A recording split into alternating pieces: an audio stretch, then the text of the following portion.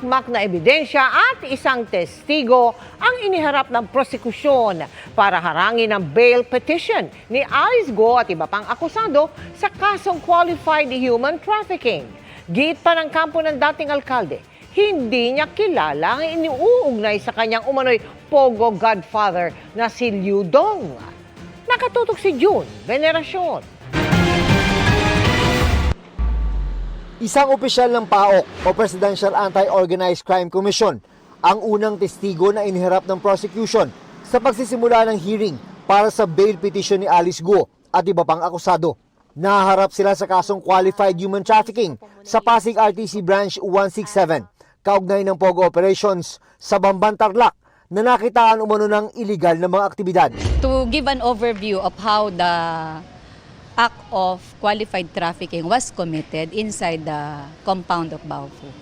Ito yung kahong-kahong ebidensya na hawak ng prosecution na ilalatag nila sa korte para kontrahin ang bail petition ng kampo ni Alice Go at iba pang akusado sa kasong qualified human trafficking. Sabi naman ng depensa, Sa bail kasi, hindi kami required, we may not present our own evidence. Burden talaga yun ng prosecution. dumalo sa hearing sina Go at iba pang akusado sa pamamagitan ng video conference. Magpapatuloy ang hearing sa October 22.